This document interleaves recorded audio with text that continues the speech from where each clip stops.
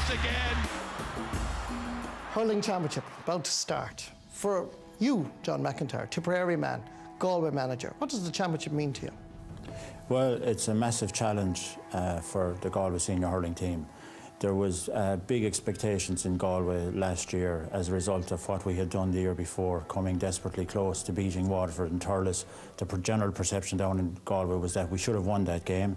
And I think we kind of trained on in last year's championship. OK, we had a big scare against Offaly, then we didn't perform against Kilkenny in the Leinster final, didn't front up, but we really focused in on the All-Ireland quarter-final against Tipperary. We're a bit unlucky to lose, another 1 point defeat. But at the same time, I think in general supporters were reasonably happy that Galway were still progressing in the right direction. We've lost our way a little bit in the concluding stages of the league. I think it may be a good thing for the championship. Comes out towards Shonny McGrath. Angle getting tighter the whole time. Umpires have a right foot looking and he's put it over the bar. He's got another one. For you, Shonny McGrath, what did the championship mean, particularly being an inter-county hurler? I suppose, Marty, like, championship was what it was all about, you know. I mean, as a young fella growing up, we were brought along to league games, but to the championship you always, you know, craved for. And I suppose this time of the year, like, I'm gone from inter-county hurling a long time, but this time of the year you can even feel a few butterflies building up yourself. I can actually feel a little bit of a tingle. I'm looking forward to see, as I said, how the newcomers do. Certainly, like, this time of the year for me as a player, the league campaign was more or less over. You may or may not be playing in the league final. We played in the league final in '98, but say 99, 2000, we didn't have any league final. So you came off the back of fairly okay, reasonable league performances. And it was just about then getting yourself peaked for championship. And I think the players know themselves at this stage of the year will be the exact same. Michael Duignan coming out here. That switch worked well. Duignan tearing through the heart of the Kilkenny defence on his left-hand side, and he puts it over the bar. The arms in triumph. Surely now it's Offaly. I suppose a bit like Shawnee, to me it was all about the championship really. I think we had a big disadvantage, I felt, in our group, that we had a small enough number and we couldn't keep going 12 months a year. Our club championship was very, very competitive as well. Like, Borough was so strong, but you know, it's a very fickle business, and a puck of the ball can do you one way or the other, particularly when it's knockout. And it's the knockout championship that really appeals to me. In terms of the training of inter-county teams, I know you're a manager, you're an analyst now with the Sunday Game, and I know you're involved with the Cork minor team this year as a selector. Is there too much emphasis on training? Is it overdone? In a general context, Marty, I would pose the question, are we taking the fun out of inter-county hurling and inter-county football? Because to compete at the highest level successfully, you really have to be completely devoted and dedicated to what you're about. What I feel maybe is happening within that is that the mental facility of a player to think and compete at the top level has been taken out of his hands too much. And when it comes to the heat of battle, to win an All-Ireland final in the last 10 minutes, or win that the players can't do it because they haven't trained their minds to do it, because everything's been done for them. And there's too many helpers, too many excuses, too many people to blame if things go wrong, rather than looking at yourself and accepting responsibility. For me, like, the player that I always loved watching was the guy that did it off the cuff.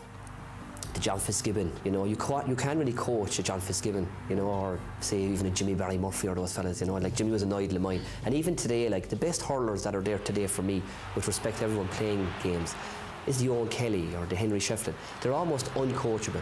And like some teams that are playing at the moment, I think that they're nearly afraid to go 100 miles an hour to the ball, because they're afraid that if they miss the ball, your man inside might take it and there's a goal on, or I'm afraid really to have a pot shot because it'll go wide and I'll get the ears blown off me, you know. So whatever's happening in hurling at the moment, I hope to God that that instinctiveness never goes out of it. That brings me to probably the icon of inter-county managers, Brian Cody. Give me your thoughts about Brian Cody. Is he a brilliant manager, or is he just a lucky manager to have the amount of talent that he has in Kilkenny? I wouldn't say he's a lucky manager. I'd say to be there for as long as he is and be as successfully as he has to be. He has to be given the status as, you know, possibly the best hurling manager of all time. And you know, in some ways, he is lucky. Brian Cody could come to some other counties who aren't going to win All Irelands now, and he couldn't change it because the structures aren't in place. He has a massive structure around him in Kilkenny, but he's very responsible for a lot of it happening when he went in there. With Michael, there's no doubt that Brian Cody sets the standard as an inter-county hurling manager. He's nothing left to prove with Kilkenny hurlers. Maybe he should seriously look at it, taking over the Kilkenny footballers. I think he came back this year because I think the guy just loves a challenge. And I don't think I've ever seen him as animated on the line, particularly in league games anyway. He was very animated against Dublin and Anthony Daly the last day. And that to me suggests that there's a bit of bite, not just within the Kilkenny camp, but specifically within Cody. He's well able to reinvent himself, and I think, you know, he, without doubt, is the greatest manager that I've seen anyway. Now, let's talk about the 2011 Championship as it stands. Let's begin, with due respect, with Munster. Still the best championship of them all, better than Leinster. Who do you think will emerge? I suppose Tip rolls off the tongue straight away, you know. Now again, I suppose they've, you know, lost some games. They lost against Dublin earlier in the year, but I think they're on the right track. You know, and they're followed closely, I reckon, as I said earlier, by Waterford. You know, like Davy Fitz, you can say what you want, like he does instill something in that camp, you know, and you have to admire what he has done. But like, I think they're still improving, you know, and I think they've had a really good league. My own county, I think Dennis Walsh has a lot of work to do. He hasn't got a whole pile of time to do in the next couple of weeks. I just think that, like, part of Dennis Walsh's issue, I think, is that some fellas are off form, particularly in the forward line. And Osaki takes it again. He's causing mayhem, and the referee doesn't blow this time. Comes out to Pat Horgan, fires it in. There's a second goal for Horgan, and the second goal for Cork. The fact that Cork ambushed Tipperary to some extent 12 months ago, I think it renders the prospect of it happening in a few weeks' time almost non-existent.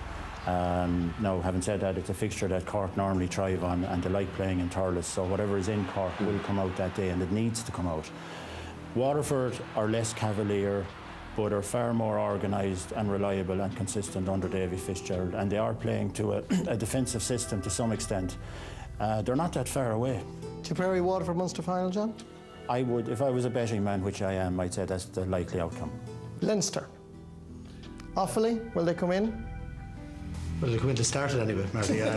So, you know, I think it's a huge Leinster Championship this year. You know, I like really now, you have the two league finalists from Leinster.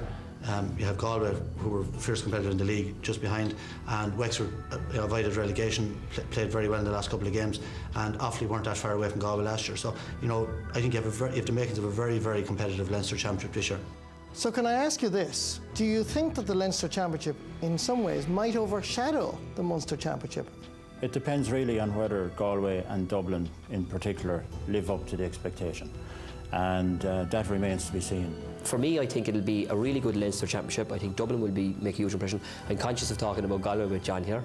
I think, John, Don't be. And Tipperary have won the quarter-final. They have knocked out Galway in a wonderful, wonderful match at Croke Park. We're not that far away, but at the same time, we all realise that we have a gap to bridge. And as I said earlier, nobody involved in the Galway hurling team is going into this year's championship with the blindfold on. All-Ireland final, gentlemen. First Sunday in September. I want to know who's going to win it. God, the All-Ireland final is a long way ahead. I know Declan Ryan, I know Tommy Dunn, they're serious operators. Tipperary won't be wanting on the sideline this year. And if the players have the same hunger as they did in 2010, I think they're going to be very, very hard to stop. I think Tommy Dunn as well, underage in Tipperary, has been involved with those lads coming up. They idolise him as a player. They'd be used to his training stuff. And like Liam Sheedy, I think, was a kind of a fiery character. When he was a cornerback, he was playing, he was on him a few times. He was tough, and he was great with his stuff, really. And, you know, he was very vocal on the line, he was animated, and he drilled the team on. Now Tipperary are champions, and I think they need a different type of leader now. I think a real calm, collected guy. And I think he'll bring that to the table as a manager, that when they're in that situation, in a big game, where they're going in at half-time or 20 minutes to go and they're not in a position where they want to be, I think he'll just bring that sort of calmness to the whole camp. And I do think that they will ultimately. I think it'll be probably a Kilkenny-Tip final, with Tip coming out victorious. I think Tip are going to have to be very, very wary, because if they're playing Waterford, if they're playing Galway, if they're playing Cork, in a knockout championship game, those teams are going to believe they can beat them. Whether I don't think still they believe to beat Kilkenny, that Kilkenny will have that little bit of invincibility over them because they've beaten them so often. Tentative vote for Tipperary, if Tipperary make it all the way to the final to play Kilkenny. Unanimous vote, Tipperary to win the All-Ireland. Michael Duignan, Shani McGrath, John McIntyre, thank you very much indeed for joining us on League Sunday. Yeah, interesting stuff. Well, that's how Marty and mates saw it all. Is it as simple as that, Sir Farrell? No, not as simple as that at all, because you have a new power in hurling coming. I see a great Leinster Championship. Now, you know, you have the Minnows in it early on, Carl play Westmeath, and you know, they go on, then Galway are there in the mixed. Offaly play Dublin. Dublin want to watch that as a banana skin. Galway will know that Dublin are very, very serious. Kilkenny will come through the other side. I'd see a Kilkenny Dublin Leinster final.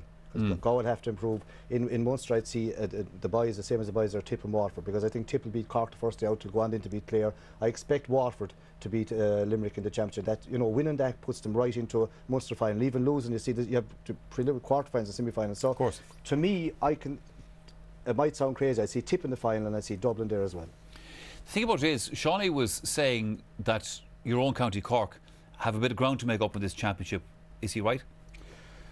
He is, I suppose, because if you looked at the main contenders and you look at maybe Tipperary and you look at Galway, I'd say most of those teams could pick them maybe close to their starting 15 for championship on the basis of their league performance. I don't think Cork are in that space at the moment, because there were so many players tried out through the league.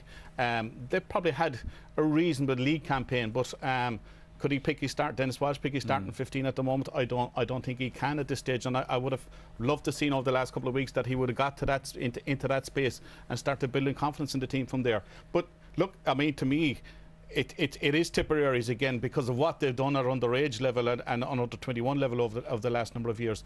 And the key, I suppose, Michael, to win in All Ireland, to win back-to-back All Irelands, is, do you want to go one step further from where you did last year? Are Tipperary happy enough with the one they won last year after losing the one the year before? Kilkenny have shown us, and they're masters at that. They got hungrier by their success. Every year they wanted to go out, they wanted to win the All Ireland, they wanted to win it even more. And if Tipperary adopt that attitude, I think they will be very, very hard to beat. I think it's right from now going into the championship, and they'll want to win the Munster Championship to get to an All Ireland semi-final.